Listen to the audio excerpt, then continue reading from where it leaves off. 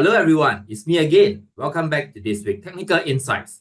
Global equity markets continued to be hit by severe turbulence last week as investors continued the rotation out of mega tech stocks into smaller caps, rate-sensitive counters, and defensive names.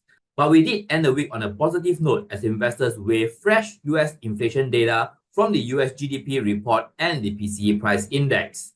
The US GDP report came in stronger than expected on Thursday, and on Friday, we saw June PCE price index, an inflation reading that's preferred by the Fed, rose 0.1% month-on-month and 2.5% year-on-year.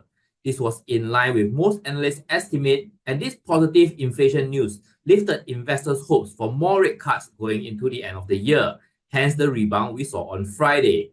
So before we go further, let's have a quick look at how global markets have ended last Friday. Our Singapore Straits Times index closed lower on Friday by just 4 points or 0.12%. In Asia, Hong Kong Hang Seng Index rose just 16 points or 0.1%, while Japan Nikkei 225 fell 202 points or 0.53%. In the US, the Dow Jones Index was the best performer on Friday, jumping a massive 654 points or 1.64% for a two-day winning streak. The S&P 500, meanwhile, also gained 59 points or 1.11%, and the Nasdaq Composite added 176 points or 1.03% as all three indices ended in the green on Friday. Microsoft and Amazon added more than 1% each, pushing the Nasdaq higher. Facebook Meta platform climbed nearly 3%, and 3M skyrocketed 23%, leading the industrial sector higher by 1.7% on the back of better predicted earnings.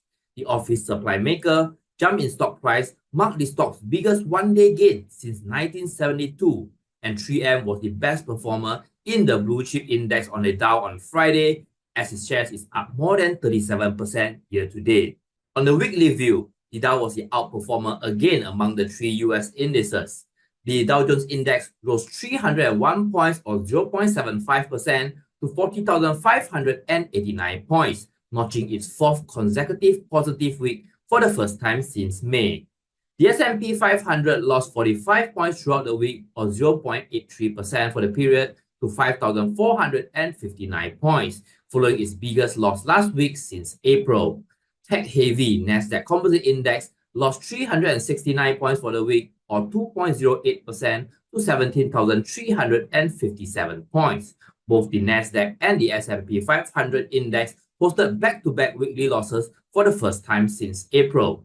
Small cap focused Russell 2000 index climbed 1.67% for the week, following a similar increase last week. The positive PCE price index data lifted investors' hope of more rate cuts this year, with Fed Fund futures pricing in cuts in September, November, as well as December this year.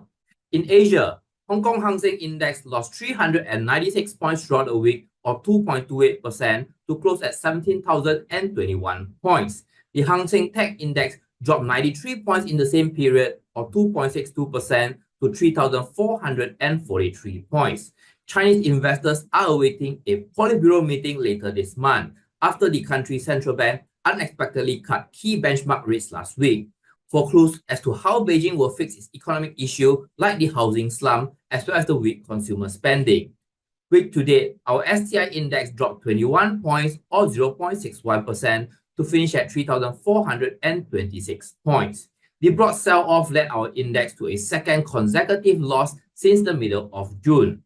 Among the STI constituents, YangZiJiang Shipbuilding and Seatrium were the top gainers, rising 8.3% and 2% respectively.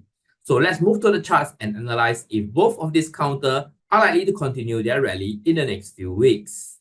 First, let's have a look at YangZiJiang Shipbuilding. Recently, YangZiJiang Shipbuilding order win signal very strong revenue stream, and their order momentum is likely to continue into FY 2028.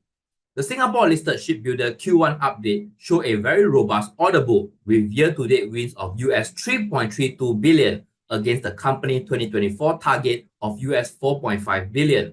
Most analysts noted that the stock continues to offer healthy upside from the current levels, riding from the industry upcycle.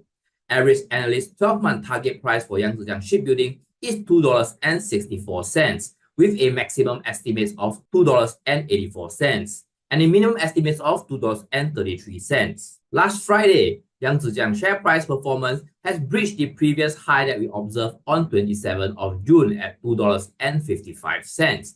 This level at $2.55 could have a change in polarity and become a new support level for YangZiJiang Shipbuilding going forward. The next level of support for YangZiJiang Shipbuilding will be the white color line in between the middle of the Bollinger Band, and that is the 20 days moving average at $2.38, with the 50 days moving average, which is the amber line that you see here, nearby now reading at $2.30.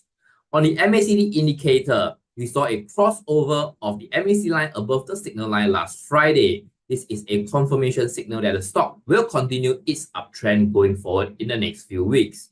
On the RSI, last Friday reading at 69 points, hit above the 70-point overbought mark. But for YangZiJiang, we observed that the RSI did hit above the 70-point mark for an extended period of time during the June period, hitting a high of 90 points. So I would not take the 70-point mark currently as a strong sign of a possible retracement right now until we reach nearer the 90-point mark where we observed in the June period. So for investors looking to invest into YangZiJiang Shipbuilding, the 20 days moving average at $2.38 and the 50 days moving average now at $2.30 could provide continued support for the uptrend in YangZiJiang share price. Next, let's take a look at Seatrium. Seatrium is in a long-term downtrend since the September of 2023 last year. Last week, Seatrium announced that they secured $180 million worth of contracts for repairs, upgrades, according to a filing to SGX. The contracts include major repairs for offshore vessels, naval vessels, ferries, and tankers, along with damage repair. Notable projects include the refitting of 4 offshore vessels, including jackups and drill ships, and significant naval work for the Military Sealift Command for the US. This announcement did not really move Seatrium share price by a lot, and the average 12-month target price from analysts covering Seatrium is $2.60, which represents a 70% upside from last Friday closing price of $1.50.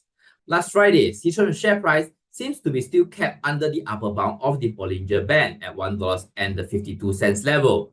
The 50 days moving average, which is the amber line that you see here, is also nearby, forming a resistance at $1.56. And the previous high that we've seen recently was on the 29th of May, and that's at $1.92. So Seatrium share price has been using the white color line, the basis of the Bollinger Band, as a support level for now. And that support level is now reading at $1.45. The recent year-to-date low on 28th of June at $1.36 is also the current year-to-date low. On the MACD indicator, Seatrium do have a slight positive reading, but that momentum was seen weakening in the last 2 trading sessions. On the RSI, last Friday reading at the 50-point mark is also a neutral sign, a signal that there isn't much momentum in Seatrium share price right now.